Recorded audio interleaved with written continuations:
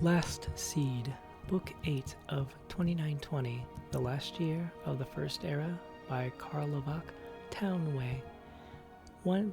First Last Seed 2920, Mournhold, Morrowind. They were gathered in the Duke's courtyard at twilight, enjoying the smell and warmth of a fire and dry branches and bitter green leaves. Tiny embers flew into the sky, hanging for a few moments before vanishing. I was rash, agreed the Duke, soberly.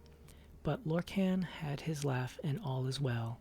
The Morag Tong will not assassinate the Emperor now that my payment to them is at the bottom of the inner sea. I thought you had made some sort of truce with the Daedra princes.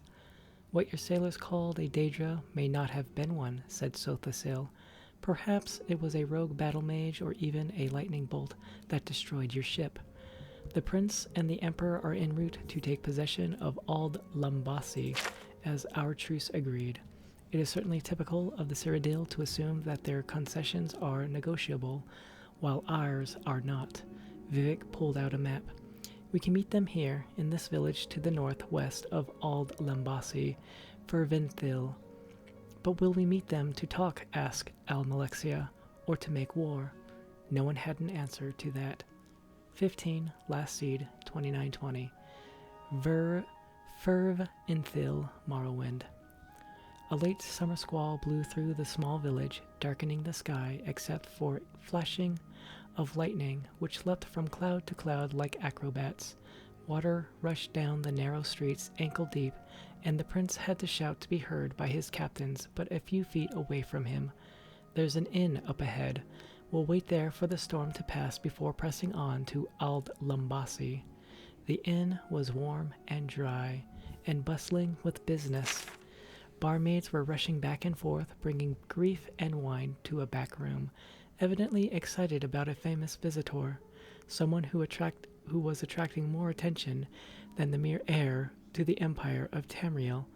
Amused Juilek watched them run until he overheard the name of Vivek.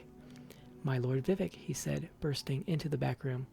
You must believe me. I knew nothing about the attack on Blackgate until after it happened. We will, of course, be returning it to your care forthwith. I wrote you a letter to that effect at your palace in Balmora, but obviously you're not there. He paused, taking in the many new faces in the room. I'm sorry. Let me introduce myself. I'm Juilek Cyrodiil. My name is Almalexia, said the most beautiful woman the prince had ever seen. Won't you join us? Sothasil, said a serious-looking Dunmer in a white cloak, shaking the prince's hand and showing him to a seat. Indoril Brindisi Dorom, Duke Prince of Mournhold, said the massively built man next to him as he sat down. I recognize that the events of the last month suggest, at best, that the Imperial Army is not under my control, said the prince after ordering some wine. This is true. The army is my father's. I understood that the Emperor was going to be coming to Ald Lambasi as well, said Almalexia. Officially, he is, said the prince cautiously. Unofficially, he's still back in the Imperial City. He's met with an unfortunate accident. Vivek glanced the Duke quickly before looking at the prince. An accident? He's fine, said the prince quickly. He'll live, but it looks like he'll lose an eye. It was an altercation that has nothing to do with the war. The only good news is that while he recovers, I have the use of his seal. Any agreement we make here and now will be in binding to the Empire, both in my father's reign and in mine. Then let's start agreeing, smiled Almalexia. 16. Last Seed, 2920. Roth Naga, Cyrodiil. The tiny hamlet of Roth Naga greeted Kaysir with its colorful house perched on a promontory, overlooking the stretch of the Rothgarian Mountains plain and the high rock beyond. Had he been in a better mood, the sight would have been breathtaking. As it was, he could only think that, in practical terms, a small village like this would have meager provisions for himself and his horse. He rode down into the main square, where an inn called the Eagle's Cry stood. Directing the stable boy to house and feed his horse, Kaysir walked into the inn and was surprised by its ambience. A minstrel he had heard play once in Gilderdale was performing a jaunty old tune to the clapping of the mountain men. Such forced merriment was not what Caesar wanted at that moment. A glum Dunmer woman was seated at the only table far from the noise, so he took his drink there and sat down without invitation. It was only when he did so that he noticed that she was holding a newborn baby. I've just come from Morrowind, he said, rather awkwardly, lowering his voice. I've been fighting for Vivek and the Duke of Mournhold against the Imperial army. A traitor to my people, I guess you'd call me. I am also a traitor to my people, said the woman, holding up her hand, which was scarred with a branded symbol. It means that I can never go back to my homeland. Well, you're not thinking of staying here, are you? Laughed Caesar. It's certainly quaint, but come wintertide, there's going to be snow up to your eyelashes. It's no place for a new baby. What is her name? Bosriel. It means beauty of the forest. Where are you going? Dwynen, on the Bay of High Rock. You're welcome to join me. I could use the company. He held out his hand. Caesar Whitley. Tarala, said the woman after a pause. She was going to use her family's name first, as is tradition, but she realized that it was no longer her name. I would love to accompany you.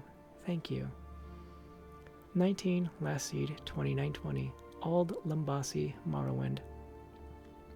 5 men and 2 women stood in the silence of the great room of the castle, the only sound the scrawl of quill on parchment and the gentle tapping of rain on the large picture window. As the prince set the seal of Cyrodiil on the document, the peace was made official. The Duke of Mournhold broke out in a roar of delight, ordering wine brought in to commemorate the end of 80 years of war. Only Sotha Sil stood apart from the group. His face betrayed no emotion. Those who knew him best knew he did not believe in endings or beginnings, but in the continuous cycle of which this was but a small part. My prince, said the castle steward, unhappy at breaking this celebration, there is a messenger here from your mother, the Empress. She asked to see your father, but as he did not arrive, Juilek excused himself and went to speak with the messenger. The Empress does not live in the Imperial City? Asked Vivek. No, said Almalexia, shaking her head sadly. Her husband has imprisoned her in Black Marsh, fearing that she was plotting a revolution against him. She is extremely wealthy and has powerful allies in the western Colovian estates, so he could not marry another or have her executed. They've been at an impasse for the last 17 years since Juilek was a child. The prince returned a few minutes later. His face betrayed his anxiety, though he took troubles to hide it. My mother needs me, he said simply. I'm afraid I must leave at once. If I may have a copy of the treaty, I will bring it with me to show the Empress the good we have done today, and then I will carry it on to the Imperial City so it may be made official. Prince Juilek left with the fond farewells of the 3 of Morrowind. As they watched him ride out into the rain-swept night south towards Blackmarsh, Vivek said, Tamriel will be much healed when he has the throne. 31 Last Seed 2920. Dorza Pass, Blackmarsh. The moon was rising over the desolate quarry, steaming with swamp gas from a particularly hot summer as the prince and his 2-guard escort rode out of the forest. The massive piles of earth and dung had been piled high in antiquity by some primitive, long-dead tribe of Blackmarsh, hoping to keep out some evil from the north. Evidently, the evil had broken through at Dorza Pass, the large crack in the sad, lonely rampart that stretched for miles. The black, twisted trees that grew on the barrier cast strange shadows down like a net tangling. The prince's mind was on his mother's cryptic letter, hinting at the threat of an invasion. He could not, of course, tell the Dunmer about it, at the very least until he knew more and had notified his father.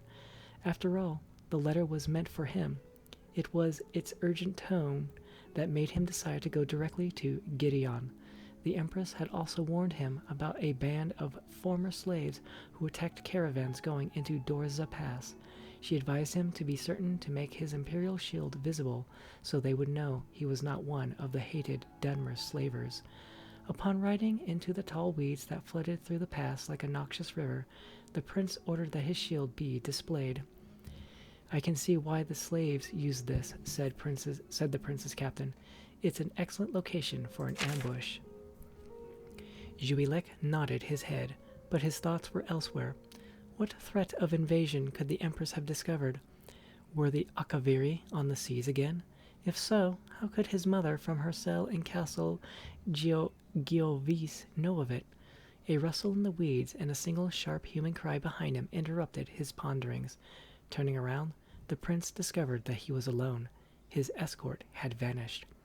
The prince peered over the stretch of the moonlit sea of grass which waved in almost hypnotic patterns to the ebb and flow of the night wind billowing through the pass.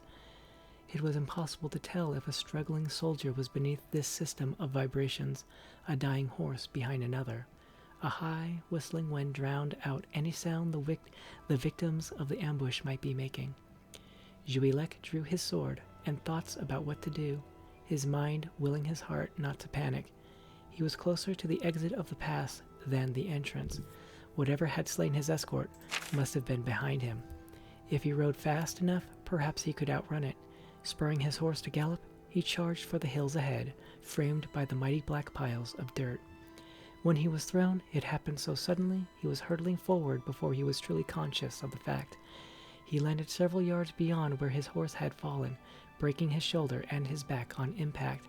A numbness washed over him as he stared at his poor, dying steed, its belly sliced open by one of several spears jutting up just below the surface of the grass. Prince Juilek was not able to turn and face the figure that emerged from the grass, nor able to move to defend himself. His throat was cut without ceremony. Miramor cursed when he saw the face of his victim more clearly in the moonlight. He had seen the Emperor at the Battle of Bodrum, when he had fought in his Imperial Majesty's command, and this was clearly not the Emperor. Searching the body, he found the letter and a treaty signed by Vivek, Almalexia, Sothasil, and the Duke of Mournhold, representing Morrowind, and the Prince Juilek Cyrodiil, representing the Cyrodiil Empire. "Curse my luck," muttered Miramor to himself in the whispering grass. "I've only killed a prince. Where's the reward in that?" Miramor destroyed the letter as Zook had instructed him to do, and pocketed the treaty. At the very least, such a curiosity would have some market value. He disassembled the traps as he pondered his next step. Return to Gideon and ask his employer for a lesser reward for killing the heir? Move on to other lands? At the very least, he considered, he had picked up 2 useful skills from the Battle of Bodrum. From the Dunmer, he had learned the excellent spear trap, and abandoning the Imperial army, he had learned how to skulk in the grass. The years continued in Hearthfire.